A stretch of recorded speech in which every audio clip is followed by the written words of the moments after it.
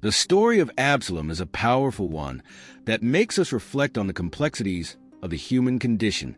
It illustrates how a person, even if handsome and charismatic, can be consumed by ambition and a thirst for revenge. Recorded in the second book of Samuel, this story goes beyond a simple historical account, functioning as a mirror that reflects the internal battles that we all face. It begins with a prince adored by the people and culminates in a civil war that divides a nation, showing how decisions that seem insignificant can have devastating consequences. The saga of Absalom teaches us about the dangers of pride, the risks of revenge, and the high price of excessive ambition. Although it took place millennia ago, the lessons of this story remain surprisingly current. Absalom was a man destined for greatness from his birth, being the son of the famous King David, which gave him a position of privilege and power, as mentioned in 2 Samuel 3 verse 3. The first reference to Absalom identifies him as the son of Maacah, daughter of Talai, king of Geshur. This brief introduction reveals much about his noble lineage. He was not only the son of a king, but also the grandson of another. This royal heritage influenced the formation of Absalom's character and his aspirations throughout life, creating an environment where power and authority were constant, shaping his expectations from childhood. He probably saw himself as someone destined for great achievements, perhaps even surpassing the achievements of his father.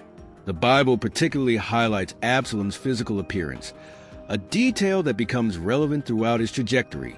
In 2 Samuel chapter 14, verses 25 and 26, we find a detailed description of his extraordinary beauty.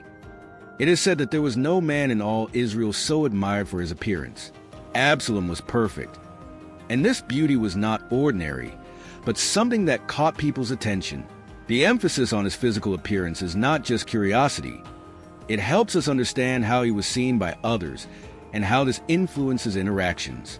In a society where appearance was often interpreted as a sign of divine blessing, Absalom's beauty certainly contributed to his popularity and power. One particularly notable aspect of his appearance was his hair, which the Bible describes in detail, a detail that may seem curious today, but which had great cultural significance at the time, as evidenced in the second book of Samuel, chapter 14. Verse 26 reveals that Absalom cut his hair once a year, when it became heavy, and mentions that the weight of the cut hair was 2 kilos. This detail, taken from the royal standard, is not only a curious aspect, but symbolizes his virility, strength, and status in several ancient cultures, where hair was seen as a source of power and vitality. The frequency and weight of Absalom's haircuts reinforced the image of a remarkable man, who stood out even in the simplest details of his appearance. However, Absalom was not admired only for his beauty. He possessed a natural charisma that attracted people to him. Although the Bible does not directly mention these qualities, we can infer their presence from the way Absalom interacted with others and gained their support. He had a remarkable ability to connect with ordinary people, making them feel heard and valued. This ability to build relationships would prove crucial in his life as he built a base of support for his political ambitions. Absalom's charisma went beyond his appearance, involving charm, eloquence, and a seemingly genuine concern for the well-being of others, making him a natural leader, someone people instinctively wanted to follow. The people of Israel had a special affection for Absalom. His combination of beauty, charisma, and royal status made him an almost mythical figure. As he walked through the streets, people looked at him with admiration and hope, seeing in him a bright future for the nation. Absalom seemed to understand the plight and aspirations of his citizens in a way that few royals could, acting not as someone aloof or superior, but as someone who genuinely cared about the people. This connection would become a powerful tool in the hands of Absalom, who would skillfully use it to further his own interests. However, the people's love for him was both a blessing and a curse, fueling his ambition and sense of entitlement to power. Absalom's seemingly perfect life was about to be shattered by a family tragedy that would change the course of his life. The second book of Samuel, chapter 13, begins by describing a dark event involving his sister Tamar and his half-brother Amnon. Verse 1 tells us that Amnon, David's son, fell in love with Tamar, Absalom's beautiful sister. However, the love affair was not pure or acceptable. It was a forbidden desire that would trigger terrible actions. Amnon and Tamar were half-siblings, children of the same father but different mothers, and the relationship between siblings was considered taboo at the time. This situation created dangerous tension in the royal family, a true time bomb waiting to explode. Amnon's obsession with Tamar would be the spark that would ignite a series of events with devastating consequences for David's family. Consumed by his desire, Amnon planned a way to be alone with Tamar. The Bible describes his ploy in 2 Samuel chapter 13, verses 6 and 7, where Amnon pretends to be sick and asks King David to send Tamar to care for him, saying, "I am sick. Please have my sister Tamar come and prepare something for me to eat." David, unaware of his son's true intentions, agrees to the request. This plan reveals Amnon's manipulative nature, willing to use his own father to satisfy his selfish desires. David's naivety at this point is astonishing, showing that even a wise king can become blind in family matters. Amnon was about to commit an act that would not only destroy Tamar's life, but also destabilize the harmony of the royal family.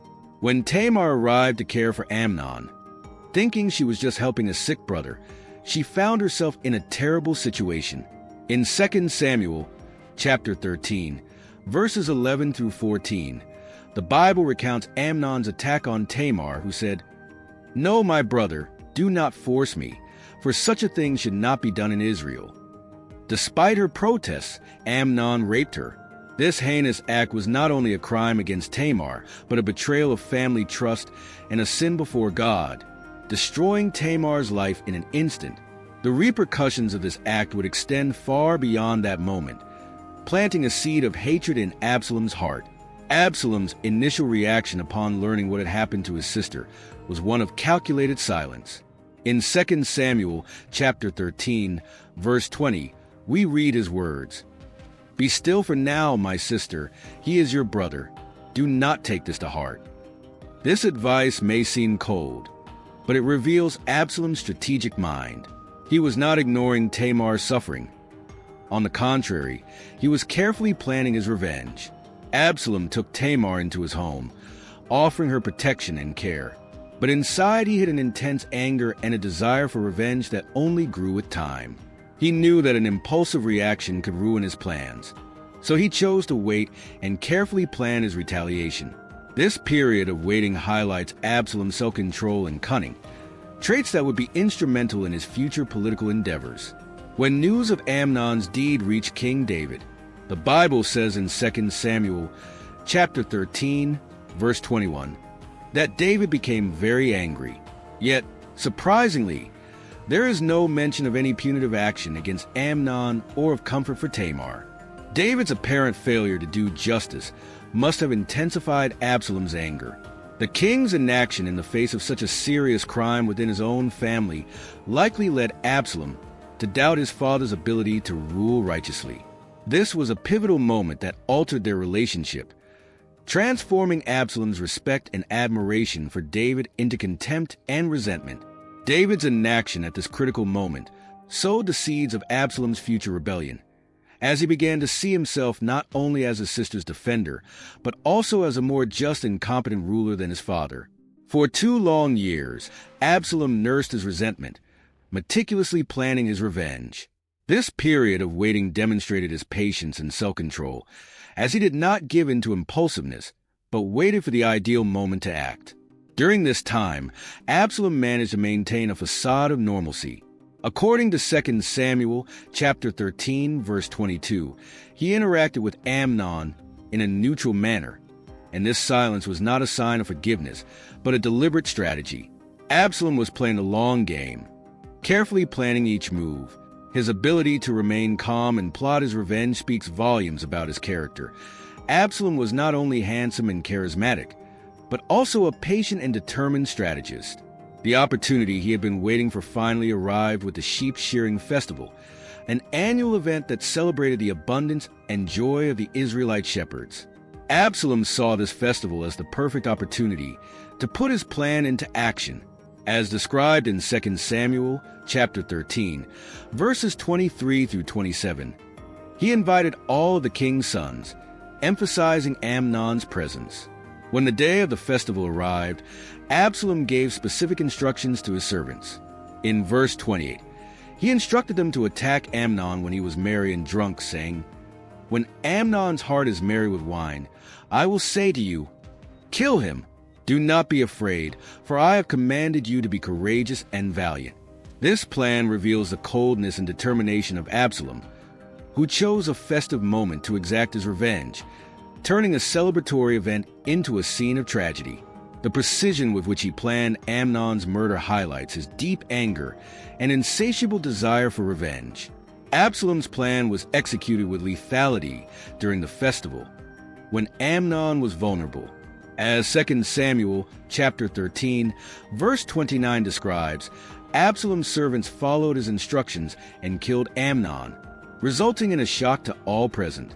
The verse goes on to report that all the king's sons, upon witnessing such an act of violence, arose and fled. This action was not only the climax of his personal vendetta, but also a direct attack on David's authority. By eliminating Amnon, David's firstborn, Absalom not only avenged his sister, but also drastically altered the line of succession to the throne, with profound consequences for the royal family and the entire kingdom of Israel. Absalom had crossed a line of no return. He had become a murderer, a rebellious prince who openly defied his father's authority. This event marked the beginning of a new phase in Absalom's life, transforming him from a beloved prince to an enemy of the state. Although his revenge was accomplished, the cost would be far greater than he imagined. Amnon's death set in motion a chain of events that would irrevocably change the history of Israel, with chapter 13 of 2 Samuel culminating in a scene of chaos and confusion as the king's sons fled in terror. Verse 30 relates that while they were still on the way, news reached David that Absalom had killed all the king's sons, which, although exaggerated, reflected a very serious situation, since Absalom had murdered the apparent heir to the throne. From that moment on, Absalom was no longer seen as just a rebellious son. He had become a direct threat to David's reign. The love that the people felt for Absalom had become a dangerous weapon, a means by which he could challenge his father's authority. A family tragedy turned into a national crisis, sowing the groundwork for a future civil war. After the murder of Amnon, Absalom was forced to flee Israel. In the second book of Samuel, chapter 13, verse 37, we read that he went to Talmi, son of Ammihud, king of Geshur, a place that represented safety, far from his father's control. This exile lasted 3 long years, a period that profoundly shaped his character and ambitions. During this time away from David's court, Absalom had the opportunity to reflect on his actions and plan for his future. He likely learned a great deal about politics and governance, observing how his grandfather administered Geshur. This exile, although difficult, served as a school for Absalom, preparing him for future political endeavors. Meanwhile, in Jerusalem, the situation was tense. David found himself torn between his role as king and his love as a father. Second book of Samuel, chapter 13, verse 39. It reveals that after mourning Amnon, David longed for Absalom, reflecting the complexity of his emotions. While mourning the loss of his son, he also missed Absalom, even after the crime had been committed. This tension between paternal love and royal duty would become a constant in the relationship between father and son. At this point, the people of Israel, who loved Absalom so much, also missed him, speculating when and if the handsome prince would return. Absalom's return to Jerusalem was carefully planned by Joab, commander of David's army. In chapter 14 of the second book of Samuel, we see how Joab used cunning to convince David to allow Absalom to return. In verses 1 through 20, a wise woman from Tekoa told the king a story, a parable that reflected Absalom's situation. The woman urged David to remember God, so that the avenger of blood would not destroy again in order to save her own son. The story touched David's heart, causing him to reflect on his own situation with Absalom. Joab's strategy was effective, and David finally agreed to bring Absalom back, as recorded in 2nd Book of Samuel, chapter 14, verse 23. Joab went to Geshur and brought Absalom back to Jerusalem. This moment must have created great anticipation for Absalom after 3 years of exile. He was finally returning home to his people and the city he hoped to one day rule. However, Absalom's return was not as warm as he had hoped. Verse 24 reports that David told him to go to his own house and not see his face, resulting in Absalom visiting his own house without seeing his father again. This cold reception from David only intensified the resentment that already lived in the heart of Absalom, who had previously been the favored son but now felt like a stranger in his own home. This situation would significantly impact Absalom's future actions, fueling his ambition and desire to prove his worth. Over the next 2 years, Absalom worked to regain his status and influence in Jerusalem. His beauty and charisma, which had so impressed the people before the exile, became his main tools again. 2 Samuel chapter 14, verse 25 highlights the remarkable description of Absalom's appearance, stating that in all Israel there was no one as praised as he was.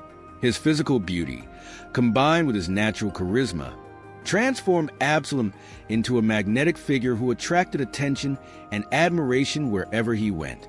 Absalom began to position himself strategically, winning the sympathy of the people and building a base of support. He knew that to achieve his goals, he would need popular support. The prince began to present himself as an alternative to David's rule, someone who understood the needs and aspirations of the common people. In 2 Samuel chapter 15, verse 2, we see how Absalom began his campaign. He would rise early and stand by the road that led to the city gate. Whenever someone came with a complaint to present to the king, Absalom would call him over and ask him what city he was from. This simple but brilliant tactic positioned Absalom as someone willing to listen to the people's problems, beginning a new phase in his career. Absalom would then say, "I see that your demands are just, but there is no one from the king here to hear them." With these words, he was indirectly criticizing his father's administration, insinuating that David was not meeting the needs of the people, while at the same time presenting himself as someone who cared and was willing to listen. Absalom's strategy went beyond simply listening to complaints. As verse 5 reveals, when someone approached the bow, Absalom would reach out, take hold of them, and kiss them. This gesture of affection and respect was unusual for a prince. And by treating the common people with such consideration, Absalom broke down the traditional barriers between royalty and the common people. He portrayed himself not as a distant prince, but as a friend of the people, someone who stood by their side in their daily struggles. Absalom's campaign had a significant impact. Verse 6 sums it up well. He behaved this way toward all the Israelites who sought justice from the king, thus winning the hearts of the people of Israel day by day. Over the weeks, Absalom strengthened his support base, not only gaining supporters, but also forming a network of loyalty in which the people saw him as a leader who genuinely cared about their problems. Although he also subtly criticized David's administration, he did not attack his father directly, but rather implied that the current system was failing, claiming that his grievances were legitimate but no one was listening. In this way, Absalom sowed dissatisfaction with David's rule by presenting himself as the solution to the problems he himself mentioned, thus creating a demand for his leadership. Absalom's promises were of justice and equality. In verse 4, he says, "Oh, that I were a judge in the land. Everyone who had a grievance or a case could come to me, and I would ensure that they received justice." With these words, Absalom positioned himself as a reformer, someone who would bring positive change to Israel, promising a more accessible and fair government where everyone would have a voice and be treated equally. These promises resonated strongly with those who felt neglected or wronged by the current system. Over the course of 4 years, Absalom cemented his position as a viable alternative to David's rule. Verse 7 tells us that at the end of this period, Absalom asked the king to go to Hebron to fulfill a vow he had made to the Lord. This seemingly innocent request marked the beginning of the final phase of Absalom's plan. During these 4 years, he built a solid base of support in Israel, forming a network of loyal followers ready to support his next steps. Absalom's success in winning the hearts of the people is evidence of his political skills and charisma, transforming his status as an exiled prince into a position of strength with broad popular support.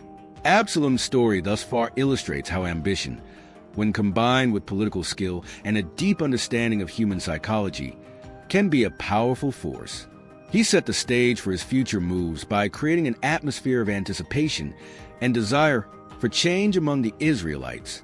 With the groundwork laid and popular support secured, Absalom was ready to move forward with his ambitious plan. In verse 7 of 2 Samuel 15, we read that Absalom said to the king, "Let me go to Hebron to fulfill a vow I have made to the Lord." Although the request seemed innocent, it concealed darker intentions. Hebron was not a random choice. It was the city where David had been anointed king. By choosing Hebron, Absalom was making a symbolic statement, tying himself to the legitimacy of his father's reign. The religious pretext of fulfilling a vow was merely a smokescreen for his true intentions. Absalom was about to launch his rebellion against David. David, unaware of his son's true intentions, granted his request, as recorded in verse 9. Go in peace. This permission from David indicated his trust in Absalom, despite past events. Meanwhile, Absalom had set in motion a carefully planned conspiracy. Verse 10 reveals that he sent secret messengers to all the tribes of Israel, instructing them to say, "Absalom is king in Hebron." This secret message was a signal to his supporters to prepare for revolt, showing Absalom's skill in organizing a large-scale conspiracy. One of Absalom's most cunning moves was to recruit key figures to his cause, including Ahithophel, one of David's most respected advisors. In verse 12, we read that while Absalom was offering sacrifices, he sent messengers to Ahithophel the Gilonite, David's advisor from his city. Ahithophel's presence at Absalom's side was a significant blow to David, for Ahithophel was known for his wisdom. His support gave him legitimacy. Absalom's rebellion, demonstrating that he was not only counting on his popularity, but also seeking the support of influential and respected figures. This choice was particularly strategic, since Ahithophel knew David's strengths and weaknesses, giving Absalom an invaluable advantage. Absalom's conspiracy quickly gained momentum, as mentioned in verse 12, where it is said that the conspiracy grew and Absalom's followers continued to increase. Absalom's meticulously crafted plan was paying off, as years of cultivating popular support, coupled with shrewd political moves, were creating a groundswell of support in his favor. The speed with which the rebellion spread surprised David and his followers, leaving them in a vulnerable position. The momentum was clearly on Absalom's side, with more and more people joining his cause. This rapid expansion of the rebellion demonstrated not only the effectiveness of Absalom's planning, but also the underlying discontent with David's reign, which he skillfully exploited. News of the rebellion finally reached David, as recorded in verse 13, when a messenger informed him that the hearts of the men of Israel are with Absalom. This information must have come as a shock to David, to discover that his own son, whom he had pardoned and allowed to return from exile, was now leading a rebellion against him. The extent of Absalom's support showed that this was not just an insurrection, but a serious threat to David's reign. The king now faced not only his son's betrayal, but also the loss of the support of the people. This moment marked a crucial turning point, forcing David to make quick and difficult decisions to ensure his survival and that of his loyal followers. David made the surprising decision to flee rather than fight in Jerusalem. Verse 14 tells us that he told his officers, "We must flee, or none of us will escape from Absalom. We must leave immediately, or he will come quickly after us and bring destruction." This decision reflected his concern not only for his own safety, but also for the well-being of Jerusalem and its people. David, the great warrior who had defeated Goliath and conquered Jerusalem, was now forced to abandon his city. This strategic retreat revealed both the gravity of the situation and David's wisdom in avoiding a confrontation that could have resulted in great bloodshed in the holy city. David's escape from Jerusalem was a moment of great humiliation. Verses 16 to 18 describe the scene. The king set out and all the people following him, leaving 10 concubines to take care of the palace. David set out with his followers and stopped at the edge of the city. The image of the great warrior king fleeing his own city must have shocked many. This hasty departure marked the beginning of a period of uncertainty and conflict for all Israel. Seeing the Lord's anointed leaving Jerusalem certainly shook the faith of many Israelites. The scene of David crossing the Kidron Valley with his faithful followers is one of the most dramatic in the Bible, symbolizing the temporary downfall of the great king and the apparent triumph of his rebellious son. While David fled, Absalom entered Jerusalem triumphantly.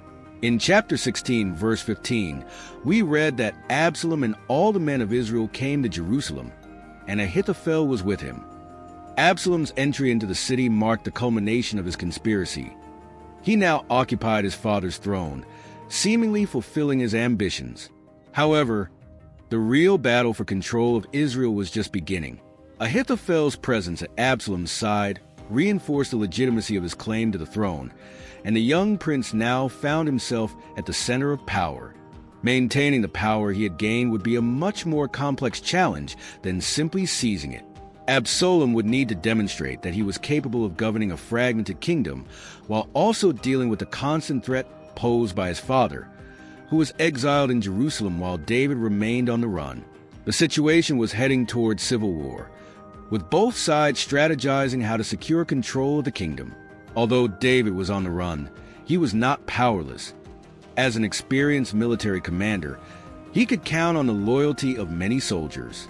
Chapter 17, verse 1, reveals Exile advising Absalom to gather 12,000 men and set out that night in search of David, which highlights Absalom's urgency to eliminate the threat posed by his father.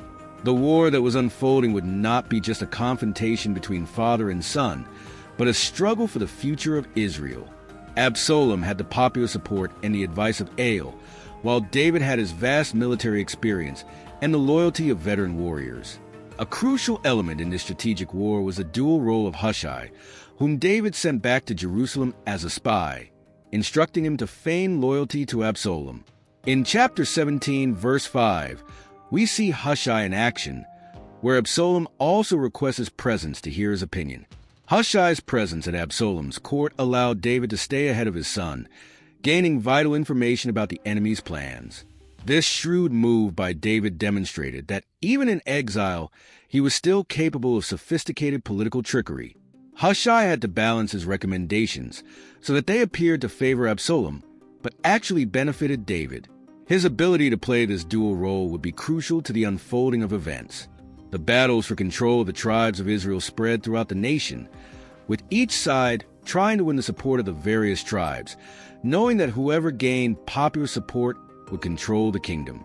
Chapter 18:6 describes one of the decisive battles in which the army marched into the field, and the confrontation took place in the forest of Ephraim.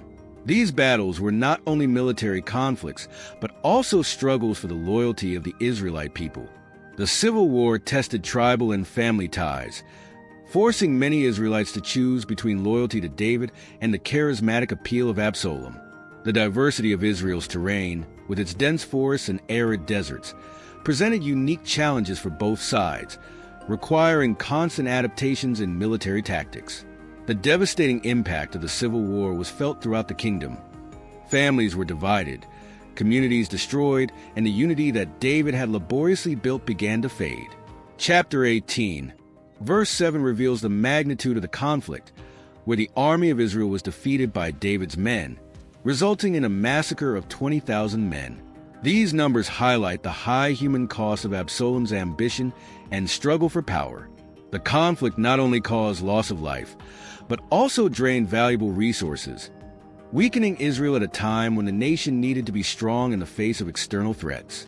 The open wounds in Israeli society would take years to heal. After the war ended, the division of the kingdom had profound social consequences, with communities that had previously coexisted peacefully now divided. Chapter 19, verse 9 gives us a glimpse of this division, where the tribes of Israel debated. The king delivered us from the hand of our enemies and rescued us from the hand of the Philistines, but now he has fled the land because of Absalom. This passage illustrates the confusion and division of the people, who were uncertain about whom to support. Loyalty to David competed with fascination for Absalom. As the war dragged on, it became clear that the conflict could not be resolved without significant losses on both sides. Absalom's ambition and David's determination to hold on to his throne were leading Israel to collapse. The outcome of the civil war would determine not only the future of David's dynasty, but also the fate of the Israelite people. The consequences of Absalom's rebellion would extend far beyond the battlefield, shaping Israelite politics and society for generations. The story of this civil war serves as a reminder of the dangers of unbridled ambition and the importance of national unity. The climax of the conflict between David and Absalom took place in the forest of Ephraim, where David's army marched to confront Israel. The terrain that should have favored Absalom's forces turned out to be a deadly trap. Verse 8 indicates that the battle spread, and that day the forest claimed more lives than the weapons, becoming a relentless enemy that disorganized Absalom's troops. Absalom's downfall came in an unexpected and ironic manner. Verse 9 describes how, while riding his mule, he came across David's soldiers and, as he passed under the branches of a large tree, his head became trapped, leaving him dangling between heaven and earth as the mule rode on. His beauty, which had helped him rise to power, had now become an instrument of his downfall, representing the precariousness of his reign. This moment serves as a powerful metaphor for the ephemeral nature of power based solely on appearance and charisma. Absalom's vanity, symbolized by his lush hair, literally became his downfall, reminding us of the dangers of excessive pride. Absalom's death came at the hands of Joab, the commander of David's army.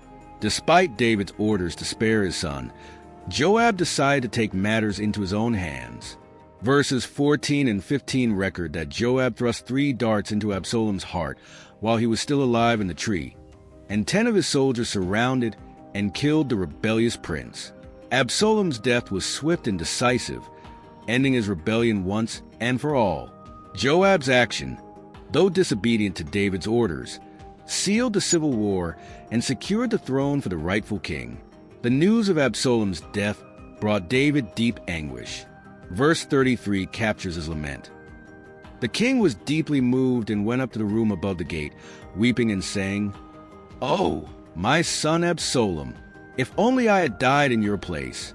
This lament reveals the heartbreak of a father, transcending political issues and rebellion. David, though victorious, was devastated by the loss of his son, and his grief threatened to overshadow the victory that secured his throne. This intense sadness left his soldiers, who had risked their lives for him, feeling unappreciated. Chapter 19, verse 3 describes how victory quickly turned to mourning for all the troops, who learned that the king was mourning his son. Joab had to intervene, warning David that his actions would alienate his loyal followers. This episode highlights the conflict between personal feelings and responsibilities as king. With Absalom's death, the rebellion was over, but its consequences continued to reverberate throughout Israel. The kingdom was deeply divided, and the task of reuniting would be difficult.